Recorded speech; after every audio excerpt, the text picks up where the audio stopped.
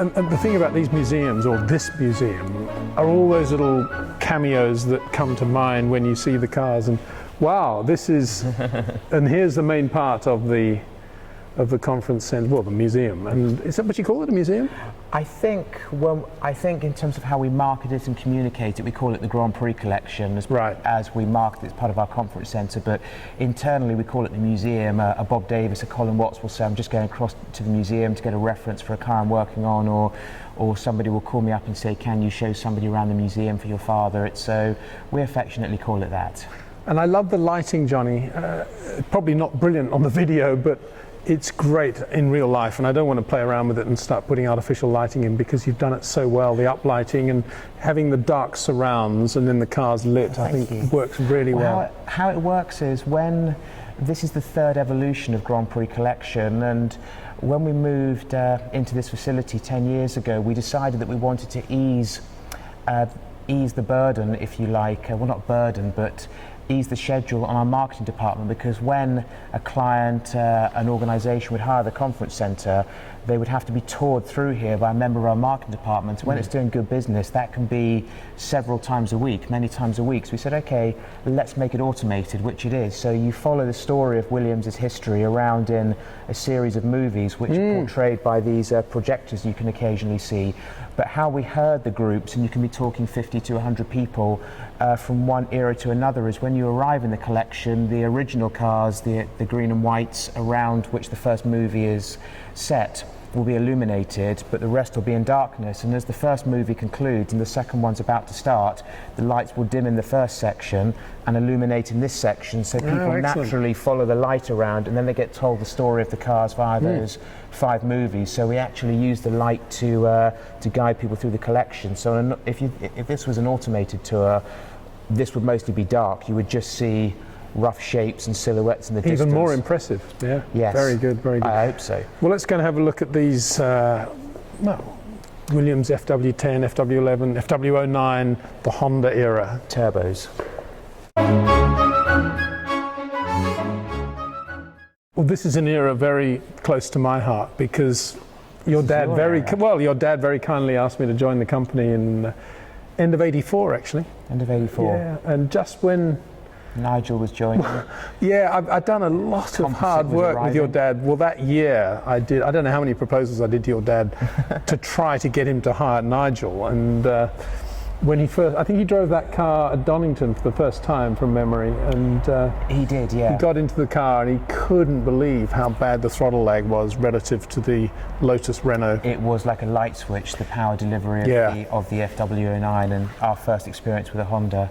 Yeah, I think he wasn't the most comfortable in that car. Obviously, the FW09, a car created around 2 drivers of quite smaller frame than Nigel, Rosberg and Jacques Lafitte. So there is quite a distinctive cutaway chassis representing Nigel somewhere. Unfortunately, not one of these cars. The big difference, I think, from memory from the time, Patrick will probably say this is all wrong, but the big difference that I recall was that the turbos on the Williams Hondas were much, much larger than the Renault turbos he'd been using on the Renault engine, and one of the first things they did as a result of that Nigel test was go to much smaller turbos, and as soon as they did that, they had very little drop off in power, and they had much better throttle response, and that's where the big change came.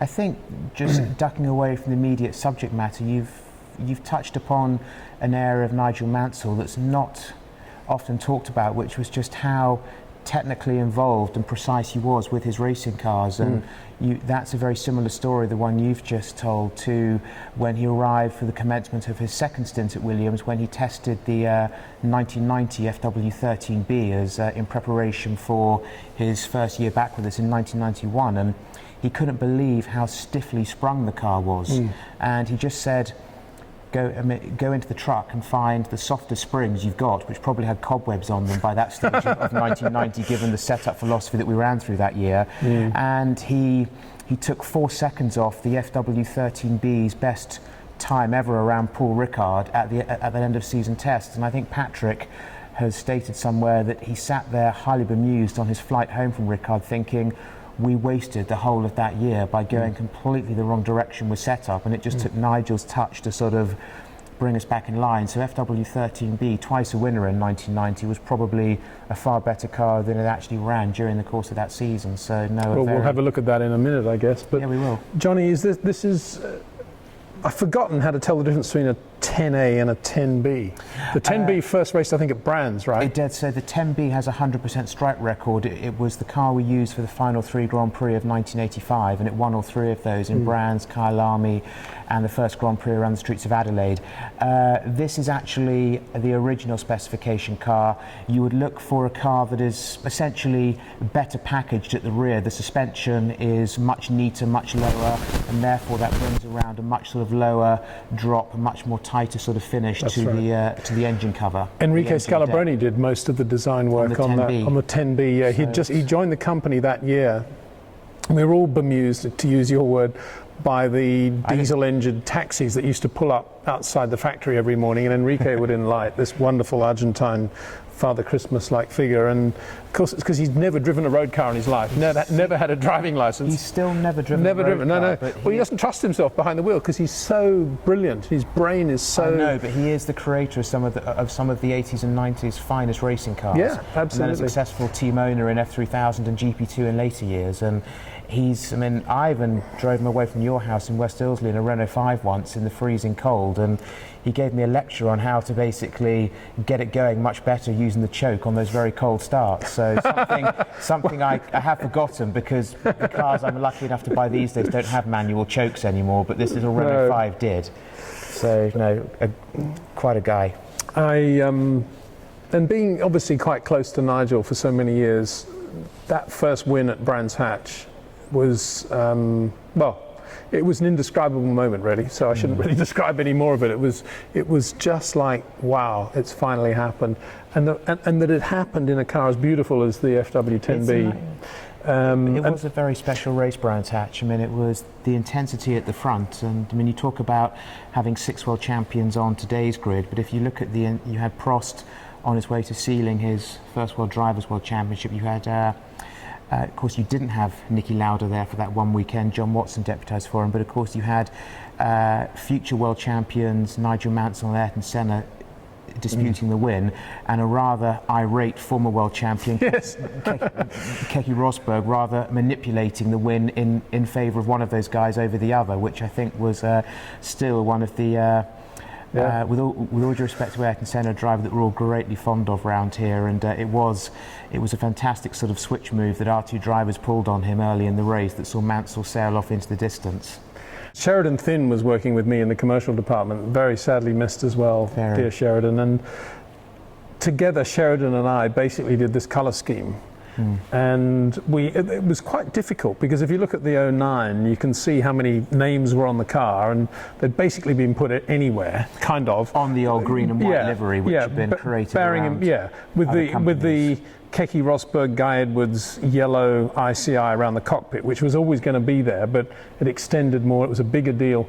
And one of the nice things about that ICI sponsorship, and I still maintain it's one of the most successful practical sponsorships ever in the history of Formula One, is that ICI guaranteed the money to Williams for that space and then sublet the space to their customers, in this case Tactile Fibre, which is one of the companies that used ICI products in their clothing. So that was very good use, and ICI pioneered the use of Formula One for hospitality. They had an old double-decker bus, painted yellow, and they used to have 150 guests at every race.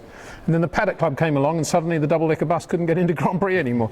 Very sad. Really? Yeah, that's exactly what happened. It was the French Grand Prix, and and they just suddenly couldn't get it in. And then Mobil 1, we decided a blue central theme to the car with the stripe, but it was very difficult getting the Mobil 1 actually to fit there. But I think in retrospect it actually looks very nice, and those details, you see where the Calma is and the curve of the side pod relative to the M, was the subject of weeks of discussion and planning. Of getting the correct proximity so as not to disturb each other. Exactly. And then obviously Honda had to be near the engine. And Denim were on the car. That was a Unilever product. And I was amused to hear at the beginning of this year when Lotus F1 announced their sponsors. They said, we have sponsorship from Unilever. The first time Unilever have ever been in Formula One. And I thought, well, you know, that's not right. The denim aftershave is a Unilever product. And then the mobile Pegasus down on the bottom of the rear wing end plate had to be exactly the right angle as well. This is a lovely car. This is the Rosberg car, obviously, with the, but it's on its good years. What more could a man want?